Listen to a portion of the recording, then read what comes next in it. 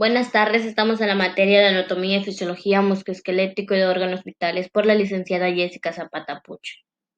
Nosotros somos alumnos de la Universidad Autónoma de Campeche, Facultad de Enfermería, licenciatura en Enfermería del Campus 7 de Tenabo. Estamos integrados por Marieli García Hernández, Henry Chimpantí, Ellen Velázquez Zulú y su servidora Perla Sholgóngora. Somos alumnos del primer semestre Grupo A. Como primer tema abarcaremos el sistema esquelético, el esqueleto apendicular. El cuerpo humano tiene dos escapulares, que fijan los huesos de los miembros superiores al esqueleto axial.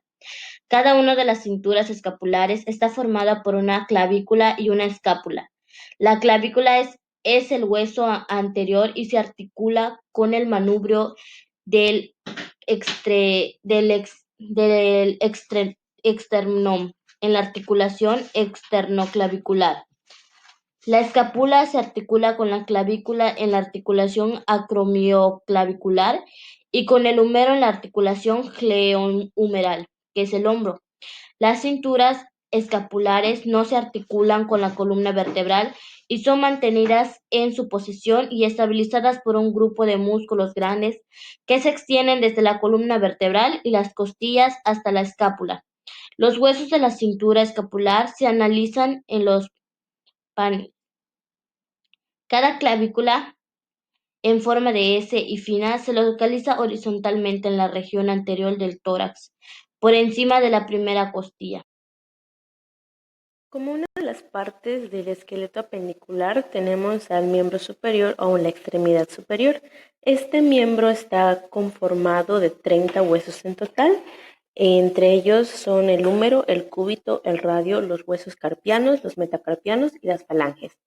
Empezando con el húmero, tenemos que reconocer que es el hueso más largo y el más grande que posee el miembro superior.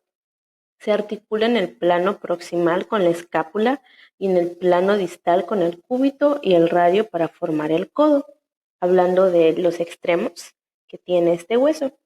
Dice, el extremo proximal se forma de una cabeza redondeada, como se puede ver en la imagen, un cuello anatómico, un tubérculo mayor y menor, y entre estos hay un surco intertubercular y un cuerpo que contiene una tuberosidad deltoidea, y en la parte posterior tiene un surco para el nervio radial.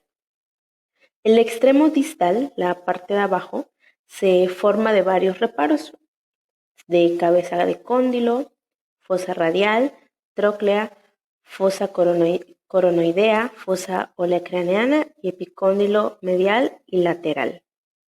El siguiente hueso es el cúbito. El cúbito, en su extremo proximal está el olecranon, que forma la prominencia del codo, y una proyección anterior, que es la apófisis coronoides. La escotadura troclear, dentro de ella se encuentra la depresión escotadura radial. La tuberosidad del cúbito es donde se inserta el músculo del bíceps braquial. En el extremo distal se forma de una cabeza separada de la muñeca por un disco de fibrocartílago, y en la cara posterior existe la apófisis estiloides. El radio. El radio en su extremo distal tiene una cabeza que se articula con el cóndilo del húmero y la escotadura radial del cúbito. Por debajo de esta se encuentra el cuello, luego una tuberosidad del radio y forma una apófisis estiloides del lateral. De aquí llegamos a los huesos que forman nuestra mano. Aquí vamos a ver tres tipos. El primero son los huesos del carpo, que se forman por 8 huesos pequeños que vamos a llamar huesos carpianos. Aquí podemos ver que se unen entre sí por ligamentos y sus articulaciones se denominan intercarpianas. Se van a dividir en 2 filas transversales de a 4 huesos cada fila. La fila proximal se van a formar por la escafoides, la semilunar, la piramidal y la pisiforme. En la fila distal se va a formar por el hueso carpiano de trapecio, el trapezoide, el hueso grande y el hueso ganchoso, como se puede apreciar en la imagen. Y por último tenemos a los otros huesos que van a formar el miembro superior. Estos los vamos a encontrar de igual manera que a los carpianos en la mano. El hueso metacarpiano tiene una base proximal, un cuerpo intermedio y una cabeza distal, y los vamos a enumerar del 1 al 5 en cada mano. Hay que especificar eso. La base con la fila distal va a ser la que va a formar las articulaciones carpometacarpianas. Las cabezas se van a articular con las falanges proximales y van a formar las articulaciones metacarpofalángicas. Como podemos ver en la imagen, se aprecia la estructura de los metacarpianos. Y por último tenemos a las falanges. Las falanges van a formar la región distal de los dedos. Hay una falange en los 5 dedos de la mano. Se numeran del 1 al 5, como se puede ver, y van a presentar una base proximal, un cuerpo intermedio y una cabeza distal. El pulgar va a ser el único que va a tener 2 falanges y los demás dedos van a tener de a 3. Las articulaciones entre las falanges se van a denominar interfalángicas. Así lo podemos apreciar en la imagen. Tenemos a las falanges, la distal, la media y la proximal. La cintura pélvica está formada por los huesos de la cadera, el cual llevan el nombre de coxal. Los coxales se encuentran por delante de la articulación llamada sínfasis del pubis.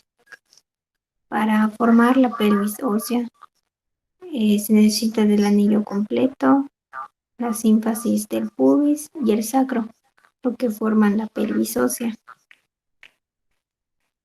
Se encuentran los huesos de la cintura pélvica, que el ilión es el hueso más grande que compone al coxal. Se encuentra compuesto por una ala superior y un cuerpo inferior. En la imagen podemos ver dónde está el pubis y el ilión, perdón. El pubis es la parte antero-inferior del hueso coxal. Se encuentra formado por una rama superior y una rama inferior. El isquion es la porción posterior del hueso coxal, formado por un cuerpo superior y una rama inferior. Vemos la imagen del pubis y del isquion. El pubis se encuentra por delante del isquion. Se dividen en dos: la pelvis mayor, que se encuentra por encima del estrecho de la pelvis, que da soporte y protege. La pelvis menor se encuentra por debajo del estrecho superior de la pelvis, interacciona con la articulación, es decir, que la pelvis mayor es la que protege a la pelvis menor y le da un soporte. Y ya se podría decir que la pelvis menor es la que interactúa con todas las articulaciones. El siguiente tema se hablará sobre la comparación de la pelvis femenina y masculina. Estos son los huesos de los varones, que son más grandes y más pesados, y presentan reparos superficiales más grandes que el de las mujeres de edad y talla comparables. La mayoría de las diferencias estructurales entre estas dos pelvis son adaptaciones a los requerimientos del embarazo y el parto, ya que la pelvis femenina se adapta al embarazo y al parto. Muy buen día, el día de hoy les voy a continuar hablando sobre el miembro inferior. Hay que también entender sobre las partes que es el muslo, la pierna y el pie. Estas están conectadas con articulaciones de la cadera, articulaciones de la rodilla y articulaciones del tobillo. Las funciones de estas también son el soporte de peso, la capacidad de moverse de un lugar a otro y mantener el equilibrio. Cada miembro inferior presenta 30 huesos en 4 sitios: el fémur, en el muslo 2, la rótula 3, la tibia y el peroné 4, los 7 tarsianos del tarso, los 5 metatarsianos en el metatarso y los 14 falanges en el pie. Empezaremos con la parte de la cadera. El hueso del muslo, el fémur, es el más largo, el más pesado y más resistente a todos los huesos del cuerpo. La rótula, que es un hueso pequeño triangular y aplanado situado en la parte anterior de la rodilla. Esa es la parte del fémur y esa es la rótula.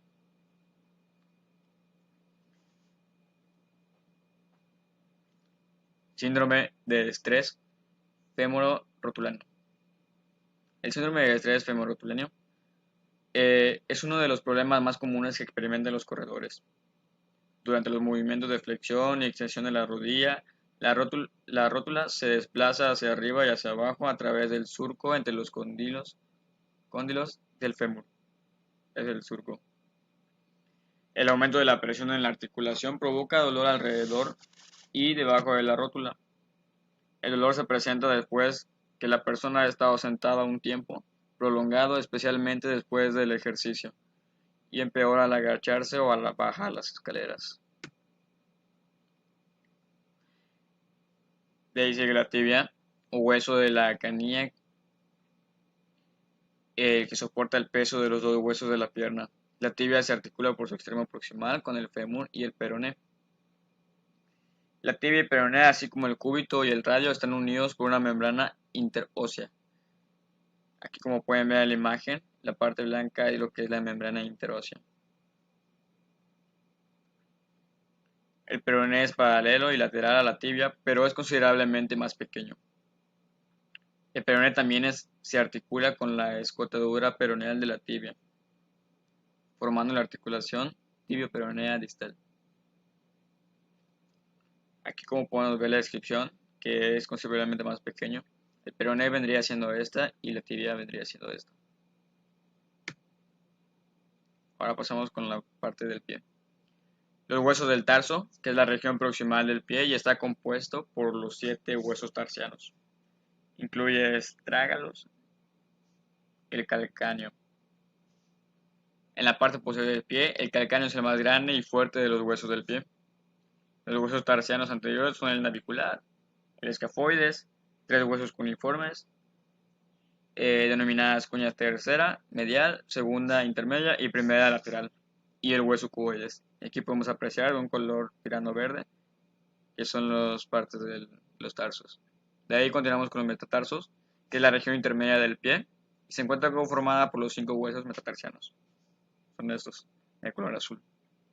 Y de ahí por último que son los falanges, que comprenden la porción distal del pie, empezando con el dedo gordo de media lateral.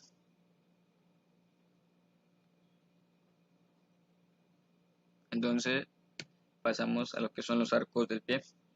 Los huesos se disponen de forma tal que conforman 2 arcos que se mantienen en su posición gracias a la acción de ligamentos, hay un error, una disculpa, y tendones. El arco